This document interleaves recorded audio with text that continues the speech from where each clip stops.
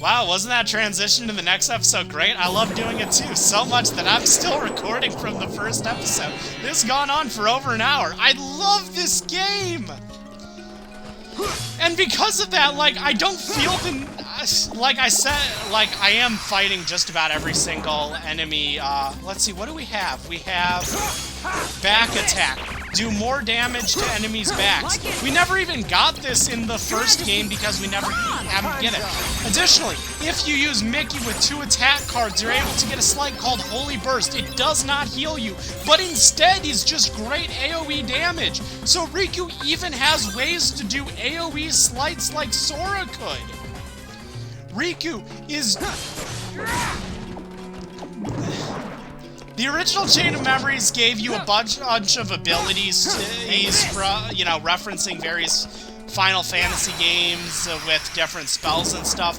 But this game just, like, built one strong character, and instead of giving you options to prepare in combat, they made a very versatile system inside of combat, where you want to keep in mind, like, okay, am I wanting to use my Mickey card for offense? Am I wanting to use it for a heal? What am I wanting to use it for? Or am I going to accidentally... Or is it the right time to use a Mickey? Because if I use it in as part of a slight and I go into dark mode, I just don't get to use the Mickey's effect. Like, it gives you things to think about inside of combat, whereas in base Chain of Memories, it just felt like the game encouraged you, yeah, just build an overpowered deck, spam slights, yeah, make sure to pay attention, like, when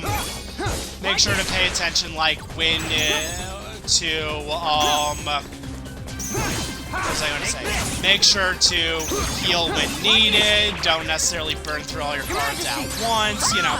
It just gave you some general guidelines, but the main strategy of Chain of Memories was, how are you using the menu today?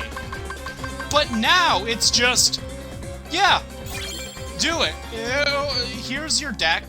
Here's your puzzle. Figure it out. You've got a bunch of tools at your disposal. You have every boss you've fought up until this point, which you've already had ample opportunity to practice them using Sora. And yeah, we're even getting Mingling Worlds cards. In the base game, you didn't get those until, like, floor 10 or so? Like, very late into the game.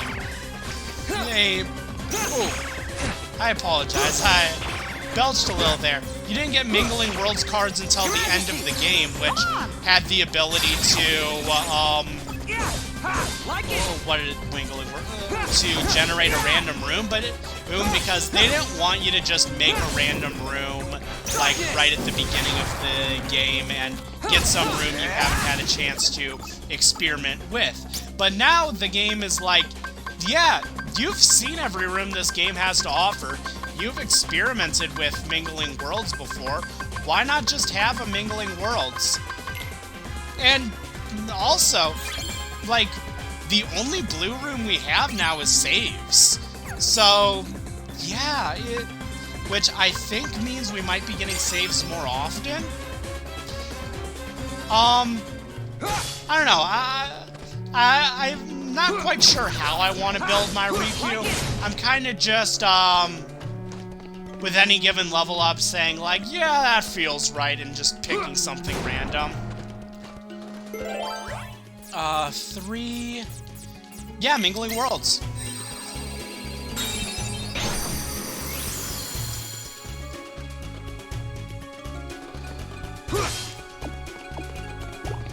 Okay. So we get an Almighty Darkness, 7. Now I can't make a save room. Strong Initiative, sure. And I know I didn't show off, like, all of the expressly show off, like, all of the rooms in the base game, but I didn't really find it necessary to do so. And, yeah, now some of those worlds don't exist, such as, you know, chests and Moogle rooms, because they would have no purpose. The game is just, I keep saying this, and if it's repetitive for you hearing it, just remember I have literally been talking nonstop about this for over an hour in my time, because this is still the same video as the first episode for me. But this is just a more soundly designed game. Like, there's less depth to it, but it works so well. Equals a 0. Sure. Let me check the world map, because I'm not exactly sure what I'm looking at here. Oh! Let's see. Am I able to just turn back and make a save? Yes, I can just turn around and make a save room. Awesome!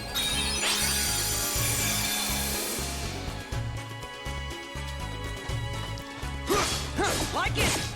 Okay, I'm gonna do that. Come back here. And save. I apologize for the, moments reprieving of saving on camera, but it's one of those things that it'd be just a bitch to edit out, and... Oh! Did not see that coming. You'll never see it coming. I still haven't played Persona 5 coming. Also, what does this do? Wide attack. So it just gives your attacks a essentially wider slash around them. It's kind of hard to see. But again, and this game even gives you better ability to experiment with the boss cards, because they don't cost a shit ton to put in your deck, and you just have them all. God, I love this game. Oh. And Key of Beginnings, because we don't need to have 3 rooms every single floor. We don't need to have a bunch of text-based cutscenes. We can just jump straight into any given boss. Why is Riku fighting? Okay, yeah. I will admit, there is a bit of continuity, like, okay, so why are we going through Riku's memories and he's fighting the same boss as Sora fought? Okay, yep, I'll admit that is a criticism with the game, because it doesn't make sense in that regards. But if that's like my only real problem with the game, it's a pretty good game. Oh, interesting, you're not able to start dual mode with a 0 and a 0. I don't know if I knew that, but yeah. Oh yeah, why don't I activate Wide Attack? Oh, frick. No, oh, shoot, I need to use Miracle level 1. Okay, yeah, so this is... I'm in a bad space right now because I am low on health. Okay. I hope I get a Mickey card relatively soon, because, 8. Yeah, you just don't have anything to break an 8. So again, this game actually has some interesting designed bosses, because it has some bosses that's like, no, you don't have an answer to this. Here is an attack where your only answer is to dodge. Like, it allows bosses to basically have super moves where the only way to get rid of them is if you're willing to, like, sacrifice 3 of your cards to perform a slight.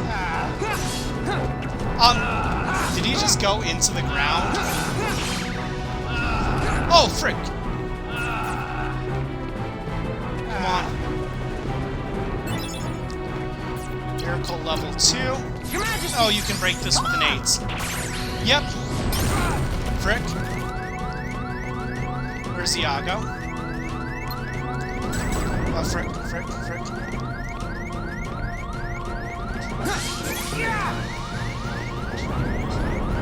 Okay. Come on. Yeah, there we go. And for beating him, we get the Genie Jafar card, which gives us a level up, and the Genie Jafar card.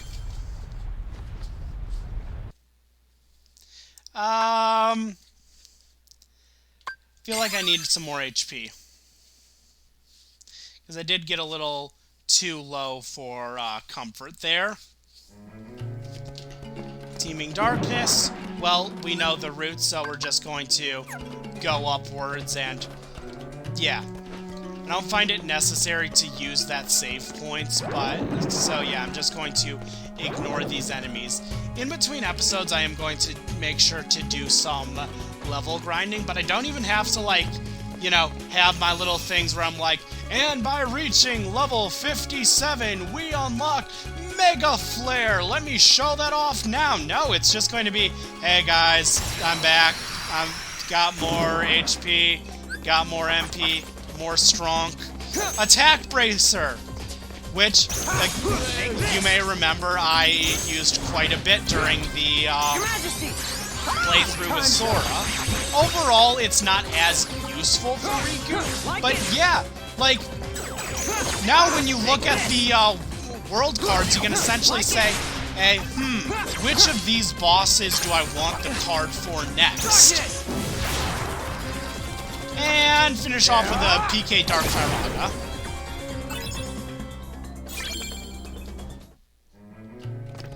Almighty Darkness. Okay. Wait. Am I going the wrong way? I went the wrong way.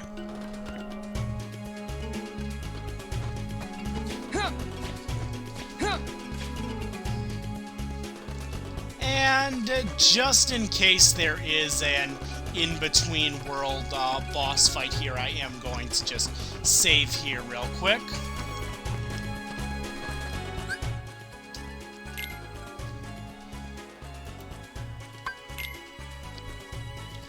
Starting to run out of space.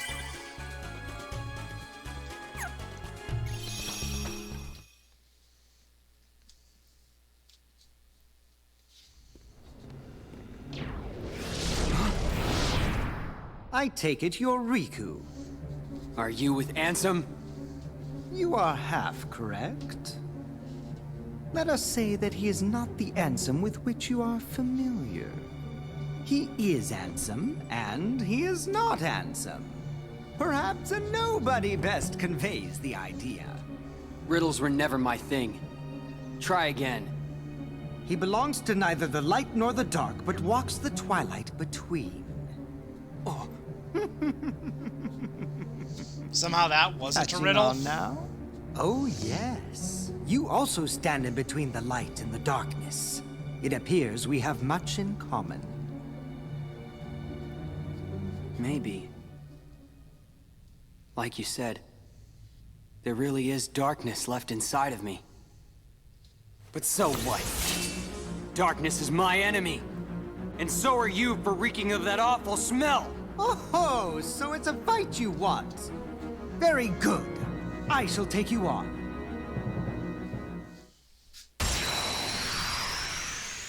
Okay, and Vexen. This is probably going to be our first fight where we can truly show off Dark Mode to its best. Yes! We get a very strong deck for fighting Vexen. Take this. Let's show off the Genie Jafar. Like it. No good. Take this. Freeze? Taste this. I Sure. shall freeze your Ha! majesty. Time's up. Your Majesty. Riku can also get access to item cards, which you might say, what point does that serve Riku getting a potion? Because, well, he just very quickly reloads cards anyway. Remember, that's a Mega Potion that reloads unreloadable cards. So you can spend cards in slights, then use your Mega Potion to get them back. Again, Riku is just a much more competently designed character. Darkness! Ice needles. Okay.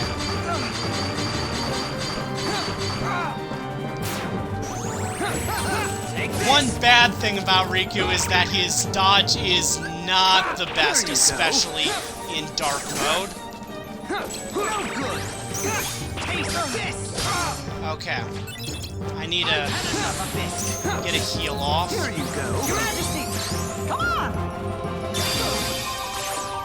Yeah! Like it! Okay. Take this! Here you go. Darkness! Okay. You want something there?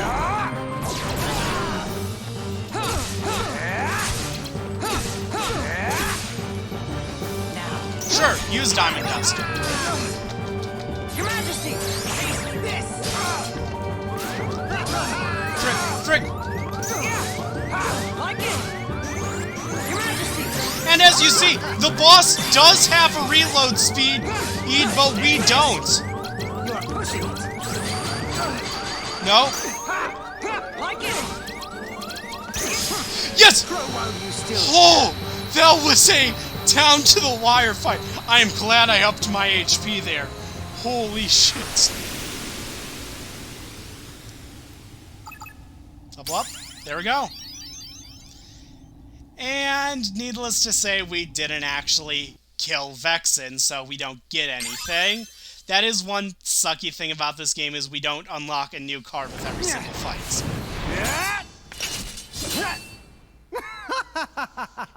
I find coursing through you there is a darkness of formidable power growing, well worth the trouble of aggravating you.